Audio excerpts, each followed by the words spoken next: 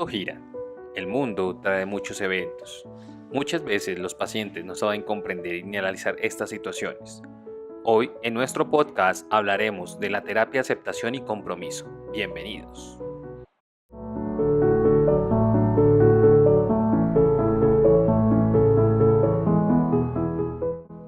La terapia de aceptación y compromiso, desarrollada por los diferentes autores, se ha desarrollado a lo largo de los últimos 25 años, apareciendo el primer artículo relacionado con ella en 1984, donde definen a la terapia de aceptación y compromiso como una forma de psicoterapia experiencial, conductual y cognitiva basada en los marcos relacionales, la teoría del lenguaje y de la cognición que se encuadra dentro del conductismo radical, y que considera las cogniciones como conductas y como tales, sujetas a las mismas leyes de cualquier otro comportamiento.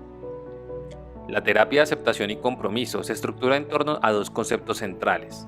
El primero, el concepto de evitación experiencial, que en muchas ocasiones da cuenta del mantenimiento de los trastornos y por tanto del sufrimiento humano.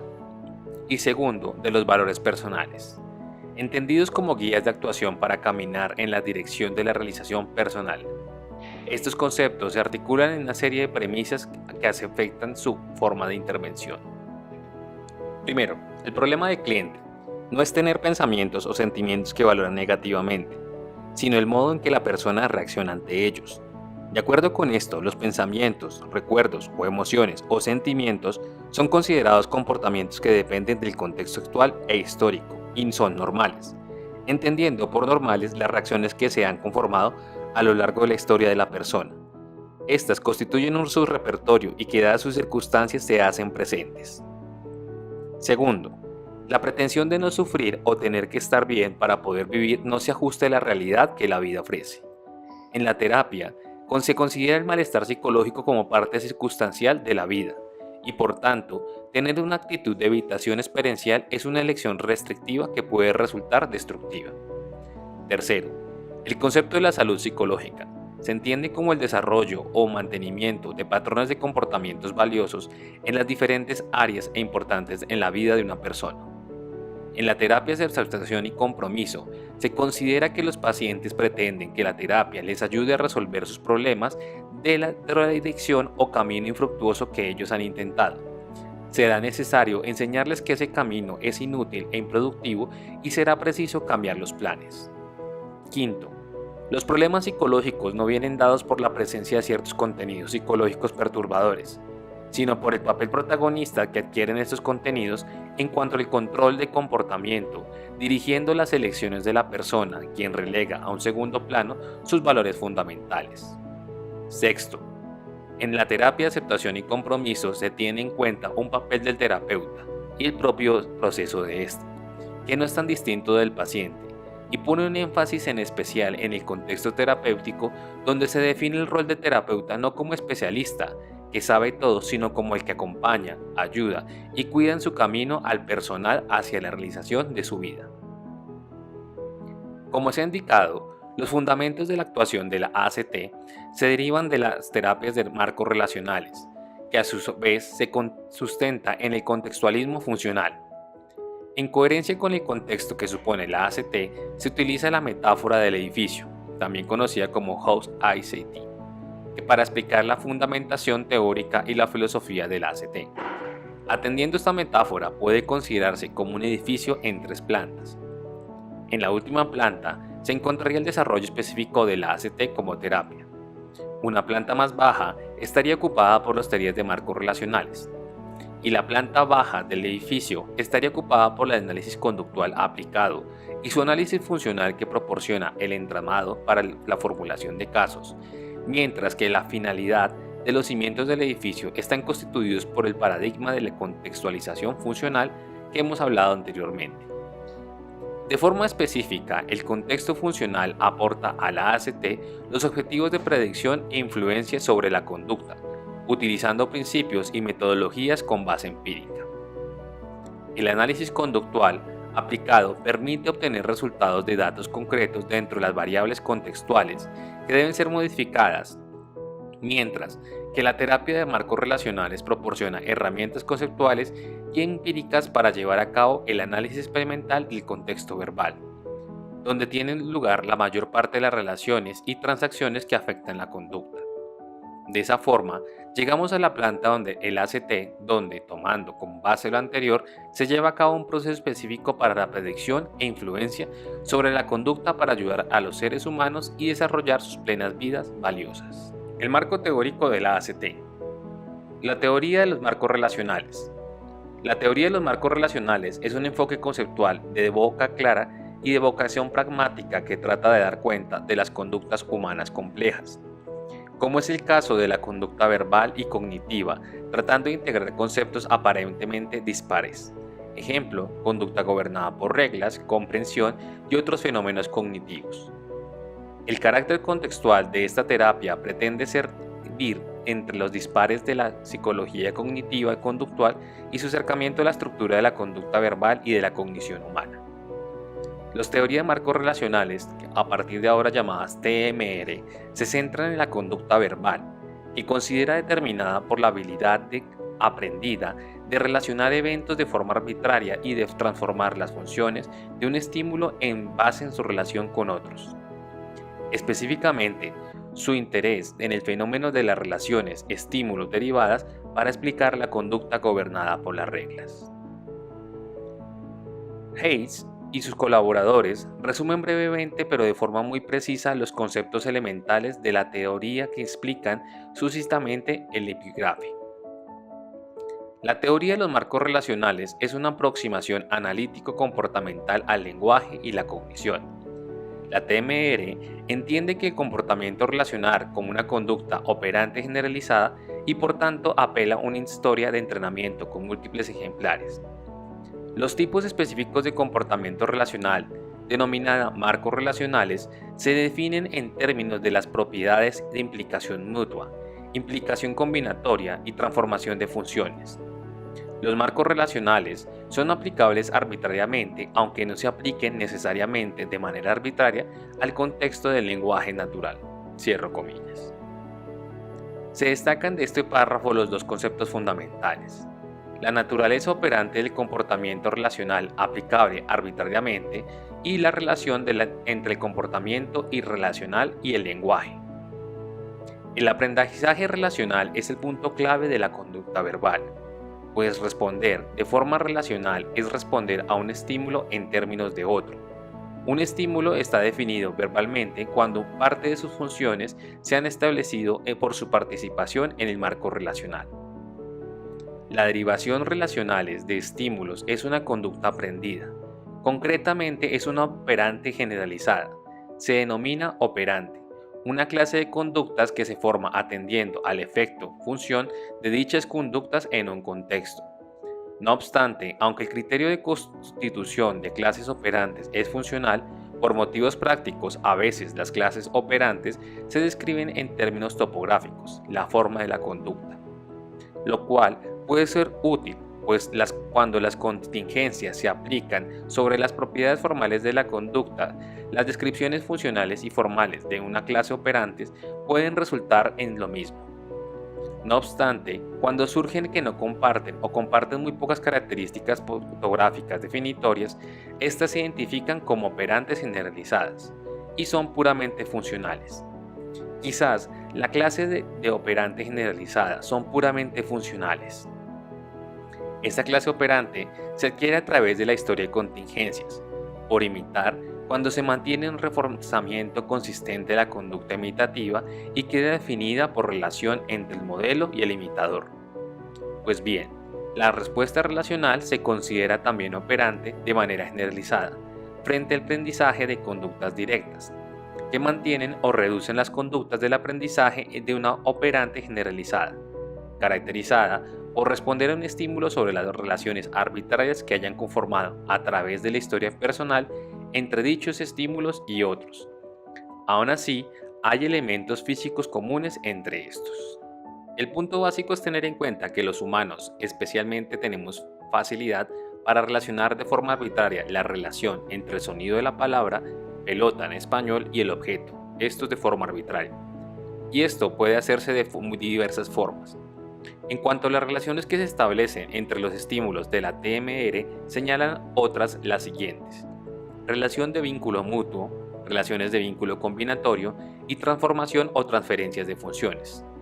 Es decir, si aprendemos que el estímulo A es igual a B y que el estímulo B es igual a C, entonces, sin necesidad de aprendizaje adicional, derivando que en las mismas condiciones de contexto, B es igual a A y que C es igual a B, relaciones de vínculo mutuo.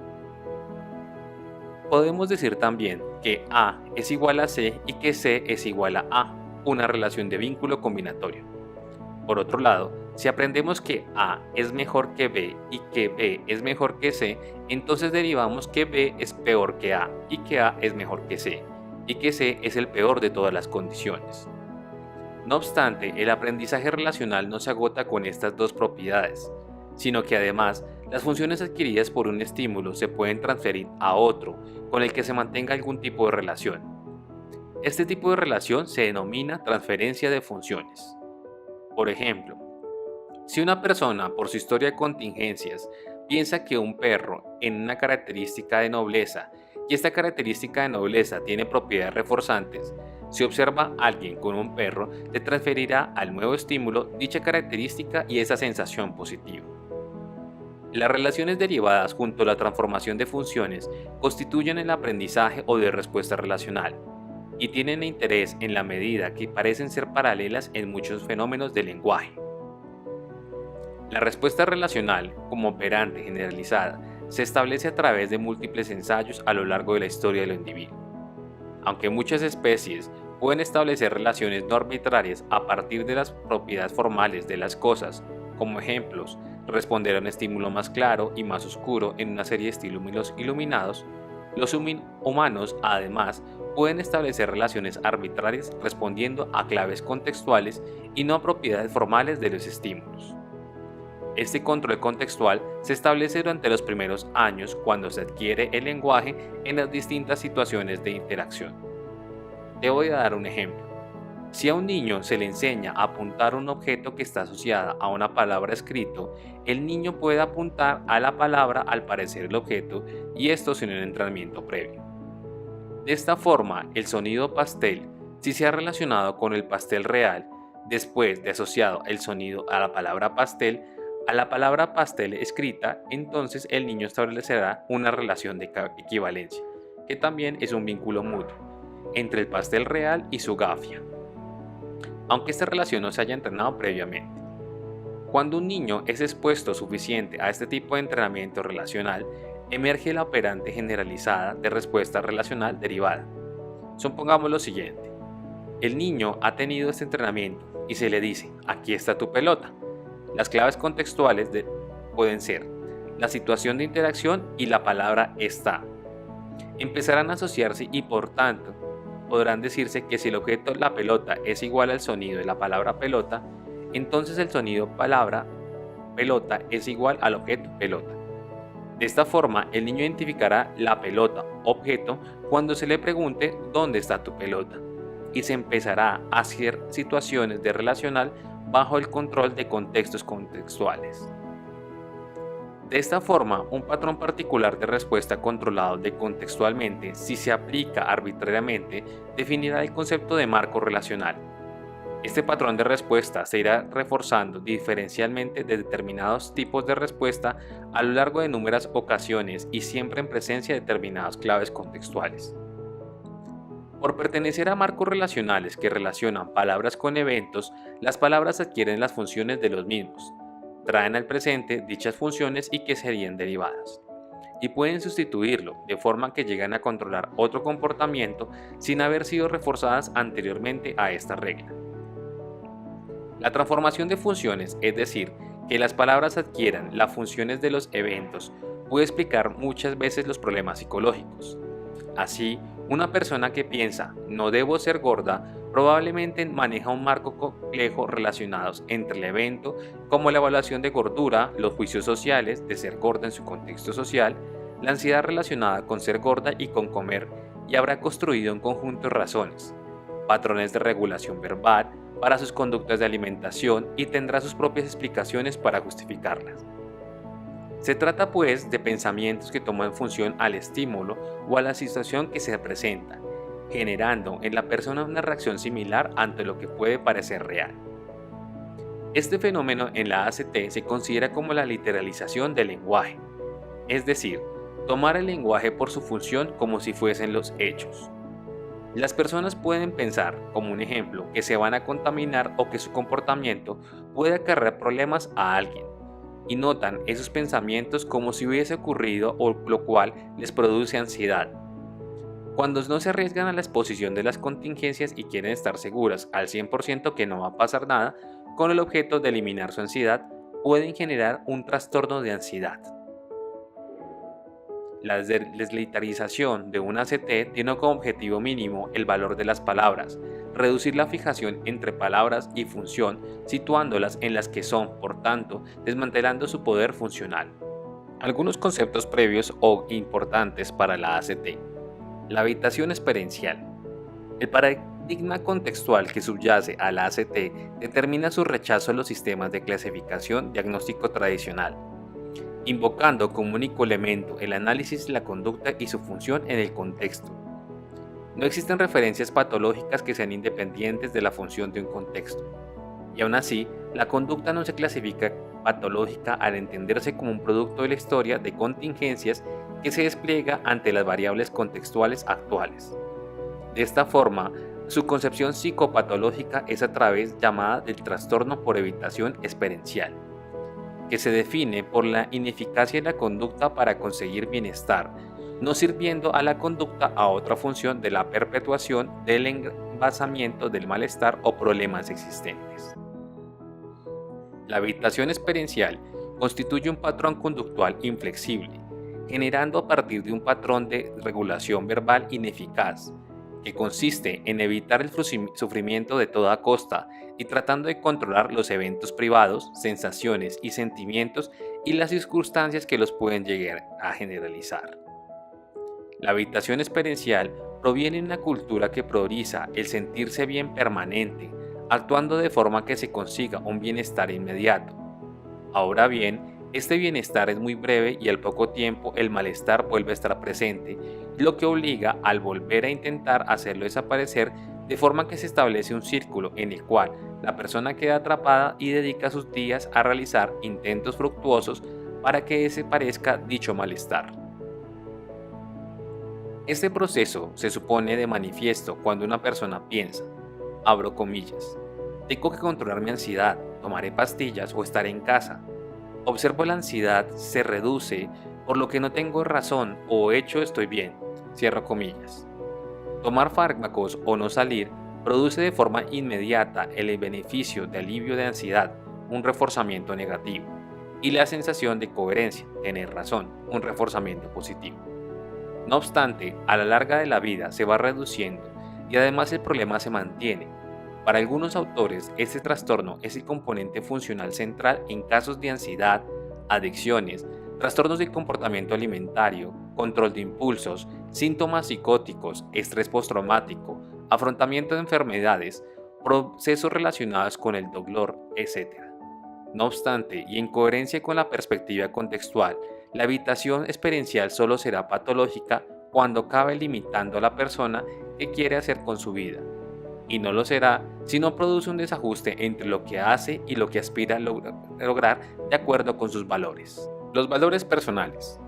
Los valores o las direcciones de valor son reforzadores establecidos vía verbal, que tienen que ver con aquello a lo que las personas dan más importancia en su vida, lo que realmente consideran central para sentir que tienen una vida plena y satisfactoria. Los valores van más allá de las funciones establecidas por procesos directos de condicionamiento y están constituidas a partir de comportamiento verbal, relacional y simbólico. El proceso de formación de valores y qué hacer para conseguirlos permite explicar por qué encaminamos nuestras acciones hacia algo que puede bien ser desde lo elemental, como el placer inmediato, hasta lo más complejo. Te daré un ejemplo: el respeto hacia otros, las actuaciones justas, la fidelidad, la sabiduría o la trascendencia. Vamos a hablar ahora de la estructura y procedimiento de la ACT. El ACT parte de la formulación del caso inmediato mediante el análisis funcional, determinando cuáles son los valores del paciente y sus compromisos con ellos, para partir de aquí y fijar los objetivos terapéuticos específicos. El objetivo general de la ACT será producir una mayor flexibilidad psicológica en situaciones donde la evitación experiencial prevalece y no permite vivir la persona con plenitud. La flexibilidad psicológica se entiende como la habilidad para contactar más plenamente con el momento presente con un ser humano consciente para cambiar o persistir lo que se está haciendo, pero siempre encaminado a los fines o valores deseados. En función de este objetivo se estructura la intervención en la que se utiliza una serie de recursos clínicos propios de cada uno de los acontecimientos o momentos del tratamiento. Hay que señalar que la ACT no tiene una forma de proceder estructurada. Por el contrario, supone una guía flexible del tratamiento que cuenta con diferentes estrategias en función de los objetivos y pasos que el proceso de intervención debe abordar, pero que se deben ir adaptando caso a caso y el momento de concreto en el proceso de intervención. Los procesos centrales que movilizarán y abordarán durante la intervención son los siguientes. La desesperanza creativa. El proceso de desesperanza creativa tiene que ver con procurar al paciente que tome la conciencia acerca de la inutilidad de sus intentos de solución de problemas. Este debe llegar al insight, el problema de conocer que el camino recorrido hasta ese momento no solo no conduce a la solución, sino que es parte intrínseca del problema. Esto supone que entienda que los intentos para realizar la solución de sus problemas no le dan resultado y tiene que considerar otras alternativas. La desesperanza creativa choca frontalmente con la idea que tiene el paciente de acudir a la terapia y posibilita que genere otras alternativas más beneficiosas para llevar a cabo una vida más gratificante. Es importante estar atentos durante este proceso a que el paciente capte la diferencia de que en esta estrategia la que no tenga remedio no sea la solución y que él mismo no tenga remedio. En otras palabras, este proceso no tiene que ver con que el paciente sienta desesperanza, sintiendo que no tiene remedio, pues no es él quien tiene remedio, el único problema con sus intentos es que no son adecuados para la vía de solución. Para el cuestionamiento de estos intentos infructuosos de camino se suelen utilizar metáforas. Una de las metáforas que comúnmente se emplea para este fin es la metáfora de las arenas movedizas. Abro comillas. Sería como si usted estuviera atrapado en arenas movedizas. Por supuesto, intentaría hacer lo que pudiera para salir de ellas, aunque lo que supiera e hiciera solo les llevara a enterrarse más profundo. Lo único que puede hacer con las arenas movedizas es extender su cuerpo y tratar de entrar en contacto lo más posible con ellas. Quizás lo que a usted le pasa es parecido, no es muy lógico al principio, pero puede ser lo que usted deba hacer es parar de batallar y en lugar de ello entrar en contacto con todo lo que está tratando de evitar. Cierro comillas. La orientación hacia los valores. Se trata de facilitar al paciente las condiciones para que pueda clarificar sus metas en la vida en términos de sus valores, así como ayudar a que también pueda alterar las relaciones entre sentir, pensar y actuar que le alejan de todo lo que quiere en su vida. Se le pide al paciente que indique qué terrenos le son valiosos, ejemplo la familia, las relaciones íntimas, la amistad, el crecimiento personal o la espiritualidad, etc. ¿Y qué dirección y camino cree que serían los adecuados para llegar? Los valores sirven como direcciones para la propia conducta. En este proceso se le pide al paciente que especifique qué razones o motivaciones dirigen sus acciones y que tome conciencia hasta qué punto están generando o no un coste a lo largo del plazo.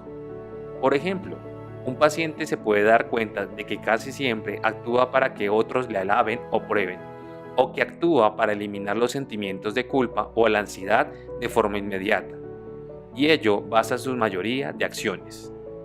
Una estrategia para ayudar al paciente en la clarificación de sus valores es pedirle que escriba un elogio breve de sí mismo, a modo de epitafio o en forma de que según lo que le importa le gustaría ser recordado.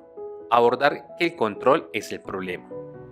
Es pretender de mostrarle al paciente que sus intentos de control son el propio problema y ayudar a que se dé cuenta por sí mismo de lo inútil que resultan sus estrategias de control.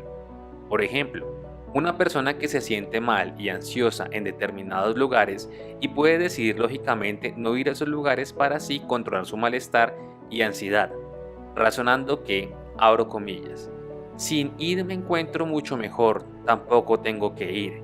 Estando en casa me encuentro muy bien y no tengo ansiedad y eso es lo que quiero. Cierro comillas. No obstante, a pesar de que estas estrategias de control pueden parecer muy lógicas en muchas personas, lo cierto es que no solo se han servido para solucionar, sino que además el problema ha empeorado. Cada vez los lugares que se evitan. La razón es que ciertas circunstancias, cuando el control se pretende aplicar sobre los propios eventos provocados, sensación de malestar y ansiedad, normalmente se facilitan en el que la situación empeore. Frente a esto, se propone estar abierto a las expectativas privadas para poder experimentarlas y que en definitiva se supone una exposición en vivo a las mismas. La aceptación. La aceptación es el proceso que da nombre a la delimitada o que delimita también la ACT. Consiste en abrir a la experiencia de los pensamientos, sentimientos, emociones y sensaciones sin hacer nada para que desaparezcan. En la exposición a los estímulos temidos es necesaria la aceptación. No se pretende la extinción o la habituación, aunque seguramente se llegarán a dar. La aceptación no es un proceso pasivo, supone que abrirse al sufrimiento en la persecución de valores objetivos que puedan activar en presencia de estímulo temido. Implica tomar conciencia y abrazar las experiencias privadas como ellas, y no son como dicen. Un ejemplo que te puedo dar. Una verbalización de esta experiencia podría ser, abro comillas, siento mi ansiedad y mi malestar, lo acepto y es algo que me ocurre simplemente. Yo no soy una ansiedad que va por la vida, es una emoción que tengo. También tengo pensamientos de que miedo no es terrible ni catastrófico, es solo esto, emociones y nada más. Cierro comillas. La difusión cognitiva. El proceso de difusión cognitiva se refiere al proceso de hacer un cambio en el uso normal del lenguaje y las condiciones de tal manera que el proceso de pensamiento se hace más evidente y las funciones de los productos de pensamiento se amplían. Se anima a los pacientes a cambiar la relación con los pensamientos y otras experiencias privadas al verlas como eventos mentales que van y vienen. Es decir, ver los pensamientos como pensamientos, las emociones como emociones y los recuerdos como recuerdos. Muchos pacientes interactúan con el medio como si estuviesen fusionados con sus pensamientos, emociones de malestar y como si tuvieran una nota. Voy a darte el pensamiento de una persona. Abro comillas. Mi ansiedad es una emoción. Mi pensamiento de que si voy al cine me pondré fatal es un solo pensamiento. Son nubes grises que pasarán. Cierro comillas. Probablemente podrá ir al cine a pesar de su malestar y continuando así con su vida. El proceso de fusión cognitiva incrementa la probabilidad de aceptación, pues cambia la consideración de los eventos internos y a su vez la aceptación ayuda a desvincularse de ellos. Para movilizar este proceso se suelen utilizar diferentes ejercicios, entre ellos el ejercicio de ver que las nubes pasan, que consiste en ayudar al paciente a ver sus pensamientos y emociones como las nubes grises del cielo. No son el cielo, aunque a veces lo cumplan completamente los días, y es mejor que las contemple pasar. La acción comprometida implica definir metas en las áreas como el camino definidas como la aceptación, y a pesar de los obstáculos que puedan aparecer en ese camino. Se pretende que el paciente se comprometa con el cambio de conducta, no a través de instrucciones directas, sino valorando las conclusiones y decisiones a la que llega al final de la terapia y que está dispuesto por aceptar por sí mismo. Desde la perspectiva, desde los marcos relacionales, la acción comprometida es un patrón constructivo regulado por los valores, entendido como antecedentes verbales y que se mantiene por consecuencias y correspondencia de esos valores. Los recursos clínicos. Como hemos hablado, la ACT no tiene establecido un protocolo estandarizado de fases y estrategias que deban aplicarse durante el proceso de intervención. sino que establece una guía general de acción. Dependerá, por tanto, del caso concreto del que sea necesario o no, abordar todos los procesos y en qué medida usar más o menos recursos pudiendo ocurrir. Un ejemplo, que en algunos casos solo se precise un mínimo de clarificación de las direcciones de valor y relativamente poca práctica en la aceptación de ejercicios de difusión, que se entienden como la desdilitarización y fundamentalmente distanciarse de los eventos privados molestos. No obstante, en la mayoría de los casos, la actuación clínica requiere la práctica sistemática en todos los frentes, abordando todos los procesos señalados. En la aplicación de la ACT, el terapeuta habrá de ajustar los distintos componentes de la terapia a los distintos tipos de regulación ineficaz que se observen en el análisis funcional, ajustando las intervenciones y métodos clínicos a cada paciente en la dirección al servicio de la cual están todas las actuaciones de la ACT. Entre los principales recursos clínicos de la ACT está el uso de metáforas, cuya utilización es muy frecuente, pudiendo ser narradas por el terapeuta o también representadas en sesión. Como un ejemplo, el terapeuta representa lo que provoca el malestar al paciente y no lo permite avanzar. Las mejores metáforas son aquellas que cumplen los siguientes criterios. A. Contienen elementos que han partido de los pacientes. B. Poseen propiedades no arbitrarias relacionadas con las leyes físicas. Ejemplo, limpiar un vaso sucio. C. Tienen algo en común o son análogos al problema del paciente. D. El paciente tiene una experiencia directa con sus contenidos o con algo similar. Otros de los recursos de la ACT son los ejercicios de exposición. Estos ejercicios se refieren a la exposición de los pacientes a sus eventos privados, en el propio del contexto de la terapia. La exposición a los sentimientos, pensamientos más dolorosos y a las situaciones más desagradables resultan imprescindibles, estando los ejercicios de exposición predecidos por metáforas. Estos ejercicios tienen siempre en cuenta la experiencia del paciente como base. Como ejemplo, ¿dónde te ha llevado a intentar o controlar tus pensamientos? Entre los recursos clínicos que utiliza la ACT, la práctica del mindfulness es una de las estrategias que va a posibilitar el cambio de la relación con los pensamientos, sentimientos, recuerdos y patrones de regulación verbal que se juzgan rápidamente como problemáticos y que se pretenden controlar. Cambiando de contexto desde una fusión o de otra de fusión y aceptación, también se altera la funcionamiento de esos eventos internos, modulando su impacto. En el contexto del mindfulness, no hay objeto más que una vida valiosa, pues solo esos eventos internos del pasajero ya no afectan el contexto. Como último, como te he mencionado, el terapeuta es un agente activo del contexto del paciente, que debe implicarse en los principios de la ACT en su proceso de desarrollo personal. Ejemplo, soportar el malestar que se genere en consulta, para aclarar al paciente cuál va a ser su ayuda de terapia y se suele emplear la metáfora de las dos montañas. A continuación te la voy a mencionar. Abro comillas. Imagínense que usted y yo somos un escalador trepando nuestra propia montaña de la vida.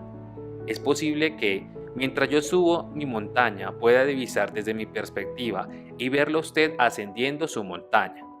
Lo que yo puedo ofrecerle como terapeuta es solo lo que puedo comentarle de mi perspectiva. Ofrecerle mi punto de vista externo o independiente. No es que usted esté equivocado y yo esté en lo correcto. Los dos somos seres humanos enfrentando el mismo reto de escalar nuestras perspectivas en montañas. No es que uno esté arriba y otro esté abajo, en el sentido de que yo sepa y usted no. Mi trabajo consiste en proporcionarle dicha perspectiva, de tal forma que esto le ayude a llegar a donde quiere ir. Las evidencias empíricas de la ACT. Esta terapia ha tenido efectividad en numerosos casos, habiéndose aplicada en formato breve o amplio, en formato individual y grupal en muy diversas muestras de cultura.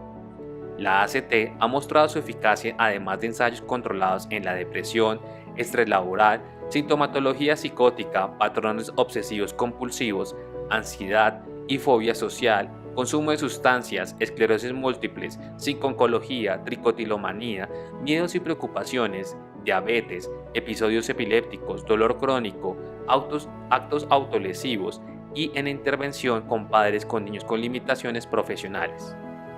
Una de sus ventajas es que sus resultados se han mostrado especialmente exitosos durante el seguimiento y resultando también muy eficaces para evitar la cronicidad y alterar notablemente el curso de las secuelas en síntomas variados. Hemos llegado al final de nuestro podcast. Te agradecemos que te hayas tomado todo el tiempo completo para escucharlo. No olvides dejar tus comentarios, son de vital importancia para seguir mejorando día a día nuestros contenidos. Recuerda seguirnos en nuestras redes sociales, como son Facebook, Twitter, LinkedIn e Instagram. Además, te invitamos a que dejes tus comentarios, preguntas, sugerencias o experiencias de haber utilizado la siguiente terapia.